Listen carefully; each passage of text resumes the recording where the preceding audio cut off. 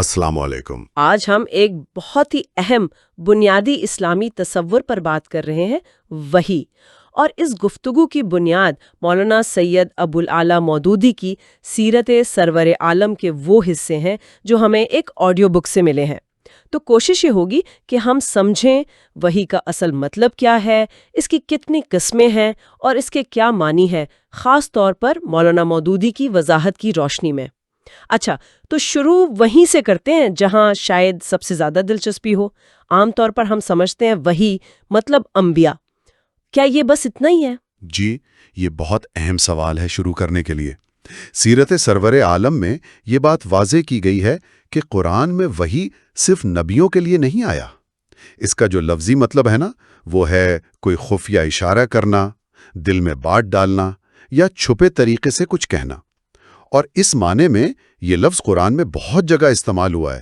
مثلاً اللہ آسمانوں اور زمین کو وحی کرتا ہے ان کا نظام چلانے کے لیے، فرشتوں کو وحی ہوتی ہے جس سے وہ کام کرتے ہیں۔ اور وہ شہد کی مکھی والی مثال، وہ تو واقعی حیران کن ہے۔ سورۃ النحل میں جو ذکر ہے، بالکل سورۃ النحل آیت 68 کتاب میں اس کا حوالہ ہے۔ اللہ فرماتا ہے کہ اس نے شہد کی مکھی کو وحی کی کہ وہ پہاڑوں، درختوں، اونچی جگہوں پر اپنے گھر بنائے۔ تو یہ وحی کی ایک قسم ہو گئی جسے مولانا وحی جبلی یا فطری وحی کہتے ہیں۔ یہ وہ اندرونی ہدایت ہے جو ہر مخلوق میں ہے، جیسے مچھلی کا تیرنا۔ جی، مچھلی کا تیرنا، پرندے کا اڑنا، یا جیسے چھوٹا بچہ پیدا ہوتے ہی ماں کا دودھ پینا جانتا ہے، یہ سب وحی فطری رہنمائی ہے۔ تو مطلب یہ ہوا کہ کائنات کا سارا نظام، ہر جاندار، ہر شے ایک طرح کی وحی کے تحت چل رہے ہیں۔ واہ! اچھا، یہ تو ہوئی فطری یا جبلی وحی۔ اس کے بعد کیا کوئی اور سطح بھی ہے رہنمائی کی؟ جی ہاں، کتاب میں دوسری قسم وحی جزئی بتائی گئی ہے۔ وحی جزئی، یہ کیا چیز ہے؟ یہ وہ خاص اشارہ یا رہنمائی ہے جو اللہ کسی خاص موقع پر، کسی ضرورت کے وقت اپنے کسی بندے کو دیتا ہے۔ اب ضروری نہیں کہ وہ بندہ نبی ہو۔ اچھا، عام انسان کو بھی؟ جی، یہ اچانک کوئی خیال آ سکتا ہے، کوئی حل سوچ سکتا ہے، کوئی سچا خواب ہو سکتا ہے۔ یہ تو بہت دلچسپ بات ہے۔ یعنی اللہ کی مدد صرف انبیاء کے ساتھ خاص نہیں؟ بالکل، اور مولانا مودودی اس پر کافی زور دیتے ہیں۔ وہ لکھتے ہیں کہ دنیا میں جو بڑی بڑی ایجادات ہوئی ہیں یا بڑے انقلابی خیالات آئے ہیں، تاریخ ساز واقعات، ان میں اکثر اسی وحی جزوی کا ہاتھ نظر آتا ہے۔ کوئی مثال قرآن سے؟ جی، کتاب میں حضرت موسیٰ علیہ السلام کی والدہ کے واقعے کا خاص طور پر ذکر ہے۔ ہاں، وہ جب انہیں حکم ہوا تھا کہ بچے کو صندوق میں ڈال کر دریا میں بہا دیں۔ بالکل، سورۃ طٰہٰ اور سورہ قصص میں ہے۔ اللہ نے فرمایا، اوحینا الی ام موسیٰ، ہم نے موسیٰ کی ماں کو وحی کی۔ انہیں نہ صرف تدبیر بتائی گئی بلکہ تسلی بھی دی کہ بچہ واپس ملے گا، رسول بنے گا۔ یہ وحی جزوی کی بہترین مثال ہے ایک غیر نبی کے لیے۔ واقعی یہ پہلو تو عام طور پر اتنا سامنے نہیں آتا۔ اس سے اللہ کے کام کرنے کے انداز کی وسعت کا پتہ چلتا ہے۔ اچھا، تو یہ دو قسمیں ہو گئیں، جبلی اور جزوی۔ اب آتے ہیں اس قسم پر جو سب سے مرکزی ہے، یعنی وحی نبوت۔ اس کے بارے میں سیرت سرور عالم کیا کہتی ہے؟ وحی نبوت یہ وہ خاص، آپ کہہ لیں آفیشل وحی ہے جو اللہ صرف اپنے نبیوں اور رسولوں پر بھیجتا ہے۔ مولانا مودودی اس کی کچھ خاص باتیں بتاتے ہیں جو اسے دوسری وحی یا الہام سے الگ کرتی ہیں۔ پہلی بات تو یہ کہ نبی کو 100% بالکل قطعی یقین ہوتا ہے کہ یہ اللہ ہی کی طرف سے ہے، کوئی شک، کوئی وہم نہیں ہوتا۔ مطلب اس کی سچائی پر پورا ایمان ہوتا ہے۔ جی، دوسری بات، یہ ہر قسم کی ملاوٹ سے پاک ہوتی ہے، یعنی شیطان کا کوئی دخل نہیں، نبی کی اپنی سوچ یا خواہش کا کوئی اثر نہیں، مکمل طور پر محفوظ یعنی اس کی پیورٹی کی گارنٹی ہوتی ہے۔ بالکل۔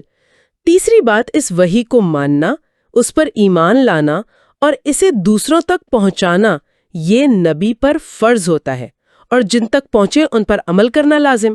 یہ کوئی ذاتی تجربہ نہیں، یہ قانون ہے۔ اور نجات کے لیے بھی ضروری ہے۔ جی، چوتھی بات یہی ہے کہ اسی وحی نبوت پر ایمان لانا نجات کے لیے شرط ہے، یہ دین کی شریعت کی بنیاد ہے۔ یہاں ایک سوال ہے، ایک لفظ الہام بھی استعمال ہوتا ہے جو نیک لوگوں کو ہوتا ہے، تو وحی نبوت اور الہام میں کیا فرق ہے اس کتاب کے مطابق؟ ہاں، یہ بہت اہم نقطہ ہے اور مولانا نے اسے بہت واضح کیا ہے۔ ان کے مطابق الہام ہو سکتا ہے نیک بندوں کو، اولیاء اللہ کو، مگر اس میں وہ قطریت اور وہ حفاظت نہیں ہوتی جو وہی نبوت میں ہے۔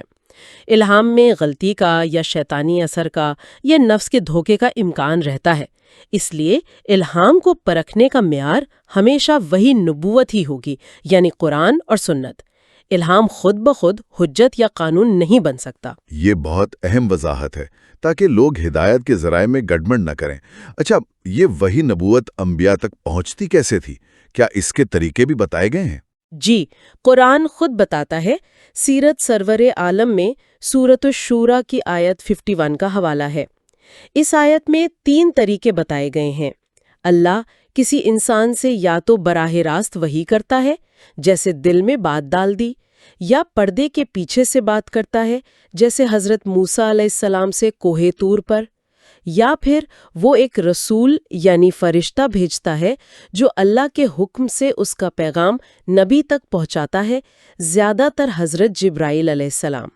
تو یہ وہ مستند طریقے ہیں جن سے اللہ کا کلام رسولوں تک پہنچا، اور آپ نے پہلے کہا تھا کہ یہ محفوظ ہوتی ہے۔ اس کی حفاظت کا کیا انتظام ہے؟ جی ہاں، یہ بھی وحی نبوت کی خاصیت ہے۔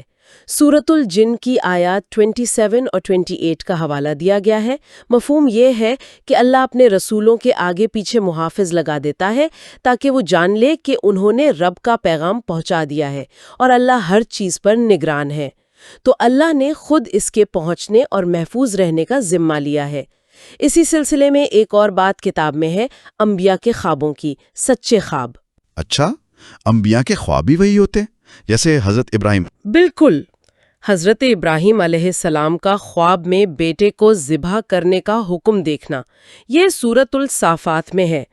اہم بات یہ ہے کہ انہوں نے اسے عام خواب نہیں سمجھا، اللہ کا حکم سمجھا، اور حضرت اسماعیل نے بھی اسے اللہ کا حکم مانا۔ تو ثابت ہوا کہ انبیاء کے خواب بھی وحی کی ہی ایک شکل ہیں، وہ عام لوگوں کے خواب جیسے نہیں ہوتے۔ ایک اور پہلو جو بہت اہم لگتا ہے وہ یہ کہ نبی کریم صلی اللہ علیہ وسلم پر جو وحی آئی، کیا وہ کوئی بالکل نئی چیز تھی یا اس کا کوئی پس منظر تھا؟ سیرت سرور عالم اس بارے میں کیا کہتی ہے؟ جی، یہ بہت کلیدی نکتہ ہے۔ مولانا مودودی سورۃ النساء کی آیت 163 پیش کرتے ہیں، جس میں اللہ تعالیٰ نبی کریم صلی اللہ علیہ وسلم سے فرما رہے ہیں کہ ہم نے آپ کی طرف اسی طرح وحی بھیجی ہے جیسے نوح علیہ السلام اور ان کے بعد کے نبیوں کی طرف بھیجی تھی۔ پھر کئی انبیاء کے نام لیے گئے ہیں، ابراہیم علیہ السلام، اسماعیل علیہ السلام، اسحاق علیہ السلام، یعقوب علیہ السلام اور ان کی اولاد، عیسیٰ علیہ السلام، ایوب علیہ السلام، یونس علیہ السلام، ہارون علیہ السلام، سلیمان علیہ السلام، اور یہ بھی کہ داؤد علیہ السلام کو زبور دی۔ تو اس سے صاف ظاہر ہے کہ یہ وحی ایک ہی سلسلے کی کڑی ہے جو آدم علیہ السلام سے شروع ہوا اور آپ صلی اللہ علیہ وسلم پر مکمل ہوا۔ یہ کوئی نیا دین نہیں، اسی دین کی تکمیل ہے۔ تو یہ وحی کے تاریخی تسلسل کو واضح کرتا ہے، ایک ہی پیغام تمام انبیاء کے ذریعے۔ اب تک ہم نے جتنی بات کی وہ مثبت وحی تھی، ہدایت والی۔ کیا قرآن میں وحی کا لفظ کسی منفی معنی میں بھی آیا ہے؟ ہاں، یہ بھی دلچسپ ہے جس کی طرف کتاب میں اشارہ ہے۔ قرآن میں یہ لفظ شیطانوں کے لیے بھی استعمال ہوا ہے۔ سورۃ الانعام کی آیت 121 فرمایا گیا کہ شیاطین اپنے دوستوں انسانوں اور جنوں میں سے کے دلوں میں باتیں ڈالتے ہیں لیوحون الی اولیائہم، تاکہ وہ تم سے جھگڑا کریں۔ تو یہاں وحی کا مطلب ہوا شیطانی وسوسہ، گمراہ کن اشارہ۔ اس سے پھر وہی بات ثابت ہوتی ہے کہ وحی کا لفظ اپنے اصل معنی یعنی خفیہ اشارہ یا پیغام میں بہت وسیع ہے، الہی ہدایت سے لے کر شیطانی وسوسے تک۔ تو خلاصہ یہ ہوا آج کی گفتگو کا کہ سیرت سرور عالم کی روشنی میں وحی ایک بہت بڑا کثیر الجہدی تصور ہے۔ یہ صرف نبیوں والی خاص وحی نہیں، بلکہ کائنات کے قوانین یعنی وحی جبلی، پھر کبھی کبھی عام انسانوں کو ملنے والی خاص رہنمائی یعنی وحی جزی، اور سب سے اوپر سب سے اہم وہ قانون ساز وحی جو انبیاء کو ملی یعنی وحی نبوت۔ اور کتاب کا زور خاص طور پر وحی نبوت کی منفرد حیثیت، اس کی حفاظت اور اس پر عمل کی ضرورت پر ہے۔ جی بالکل۔ اور آخر میں ایک بات سوچنے کے لیے شاید یہ ہو سکتی ہے کہ جس طرح مولانا مودودی نے وحی کی ان مختلف سطحوں میں فرق کیا ہے، فطری جبلت، انفرادی رہنمائی یا الہام، اور پھر وہ حتمی وحی جو قانون ہے۔ اس فرق کو سمجھنا ہمارے لیے کیوں اہم ہے؟ ہم سب کو زندگی میں کبھی نہ کبھی کوئی خیال آتا ہے، کوئی دل کی آواز سنائی دیتی ہے۔ تو ان ذاتی تجربات کو دین کی اصل مستند وحی یعنی قرآن و سنت سے کیسے الگ رکھا جائے؟ ان مختلف سطحوں کو پہچاننا شاید ہمارے اپنے روحانی تجربات کو اور اللہ سے اپنے تعلق کو سمجھنے میں مدد دے سکتا ہے۔ اس پر مزید غور و فکر کیا جا سکتا ہے۔